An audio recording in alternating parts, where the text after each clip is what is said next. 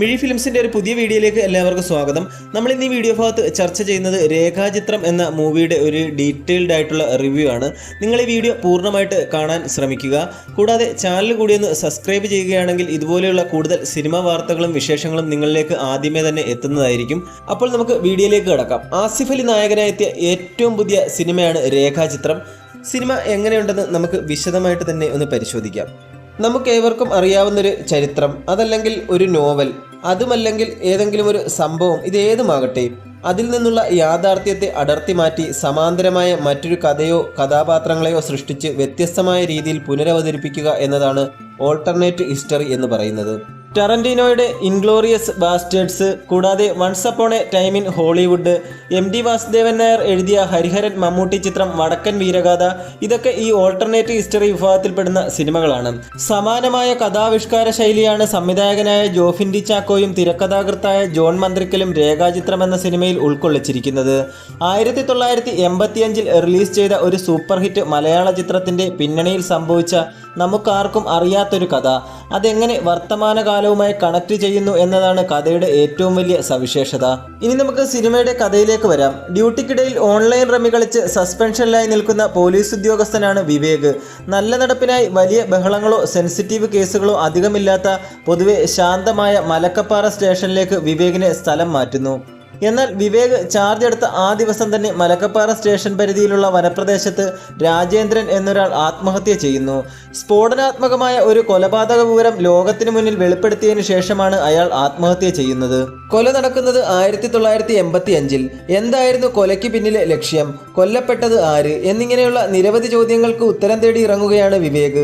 സഹപ്രവർത്തകർക്ക് മുന്നിലും മാധ്യമങ്ങൾക്ക് മുന്നിലും നാണം കെട്ട് നിൽക്കുന്ന വിവേകിന് ഒരു പിടിവള്ളിയായി തീരുകയാണ് ഈ കേസ്.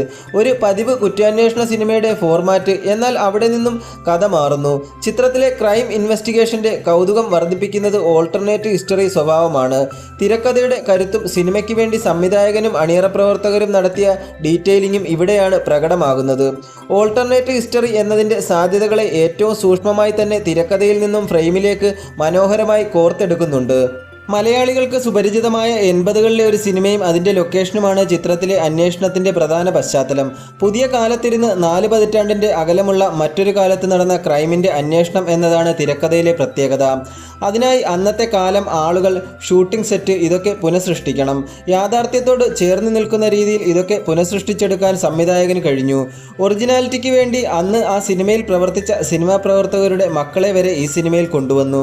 അന്ന് ആ സിനിമയിൽ അസോസിയേറ്റായി പിന്നീട് മലയാളത്തിലെ സൂപ്പർ ഹിറ്റ് സംവിധായകനായി മാറിയ കമലിൻ്റെ ചെറുപ്പം അഭിനയിച്ചത് അദ്ദേഹത്തിൻ്റെ മകനായ ജനുസാണ്. 69കാരനായ ഒരു മലയാളി താരം ഈ ചിത്രത്തിൽ അതിഥി വേഷത്തിൽ എത്തുന്നുണ്ട്. 80 കാലഘട്ടത്തിലെ അദ്ദേഹത്തിൻ്റെ ഒരു സീൻ വരുമ്പോൾ ഉപയോഗിക്കുന്ന ഡയലോഗ് ഡെലിവറിയിലെ ശബ്ദത്തിൽ പോലും പ്രായവ്യത്യാസം കൊണ്ടുവരാൻ ടീം ശ്രദ്ധിച്ചിട്ടുണ്ട്. അതായത് അത്രത്തോളം റിസർച്ച് ചെയ്താണ് ഇവർ ഈ സിനിമയിലെ ഓരോ സീൻസും ചെയ്തിരിക്കുന്നതെന്ന് നിസ്സംശയം പറയാം. ചടുലമായ വേഗത്തിൽ നീങ്ങുന്ന ഒരു ക്രൈം സസ്പെൻസ് ത്രില്ലർ അല്ല രേഖാചിത്രം. പതിഞ്ഞ താളത്തിൽ പഴുതുകളടച്ച് മുന്നേറുന്ന ക്രൈം ഡ്രാമയാണ്. തിരക്കഥയാണ് ചിത്രത്തിൻ്റെ കരുത്ത്. അതിനോട് പൂർണ്ണമായും നീതി പുലർത്തുന്ന മേക്കിങ്ങും.